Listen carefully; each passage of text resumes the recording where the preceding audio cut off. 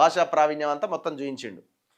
కానీ అందరూ ఈ మాటల చుట్టే తిరుగుతున్నారు. ఈ శీర్షింతగ్గట్టుడు, లాగుల తొండలిడుచుడు ఇదంతా. నేను షో స్టార్టింగ్లోనే చెప్పిన అతి భయంకరమైన విషయం ఇక్కడ ఒకటి ఉన్నదని. ఏమని? నేను కేసీఆర్ను ఇక ఏమీ చెయ్యను, జైలుకు పంపేది ఏమీ ఉండదు, అరెస్ట్లు అనేవి ఉండవు అని రేవంత్ రెడ్డి చాలా క్లియర్గా రెండోసారి ఇది చెప్పడం. ఫస్ట్ టైం చెప్పింది, ఇది సెకండ్ టైం. ప్రజల యొక్క మైండ్ని ట్యూన్ చేస్తూ ఉన్నాడు. ఏమంటున్నాడు? దేవుడే చూసుకుంటాడు, ఆల్రెడీ ఏమో మెక్కలు ఇరిగి మొత్తం మంచం మీద పడ్డాడు, ఫామ్ హౌస్కి పరిమితమైండు, అదే బందీఖాన, అదే జైలు. ఇక నేను మళ్ళీ తీసుకుపోయి జైలు వేస్తే మళ్ళీ ఆయనకు మందు పోయాలి, అన్నం పెట్టాలి, ఇదంతా ఖర్చు దండగా అని మాట్లాడుతున్నాడు. ఈయన డిసైడ్ చేసేసిండు మొత్తం. దేవుడు ఆడ పైన ఉన్నాడు, పైనుంచి కిందికి చూస్తున్నాడు, ఆయనకు పాపం ఎవరి పాపాన వాడైపోతాడట. అధికారంలోకి వచ్చే ముందు కూడా ఇదే మాట చెప్పాల్సి ఉంటుంది.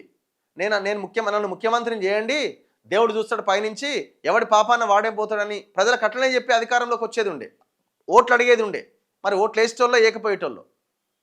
డబుల్ బెడ్రూమ్ ఇల్లు కట్టిస్తా, తోలు తీస్తా, తోడుకలు తీస్తా, లాగలతో ఇవో ఎన్ని మాటలు చెప్పిండు. ఒకవైపునేమో లాగల తొండలు అంటున్నావు, శీర్షింతకు కడతా అంటున్నావు, ఇంకోవైపు ఏమో దేవుడే చూసుకుంటాడు అంటున్నావు. మరి దేవుడే చూసుకునేదానికి మళ్ళీ శీర్షింతకు కట్టుడు ఎక్కడిది, లాగుల తొండలు ఎక్కడి? రెండు ఆ బయట మీరు విన్నారు కదా ఎట్లా, అసలు ఏ లెక్కన మాట్లాడుతున్నారు మీరు? అయ్యో, కేసీఆర్ నేను అరెస్ట్ చేయను,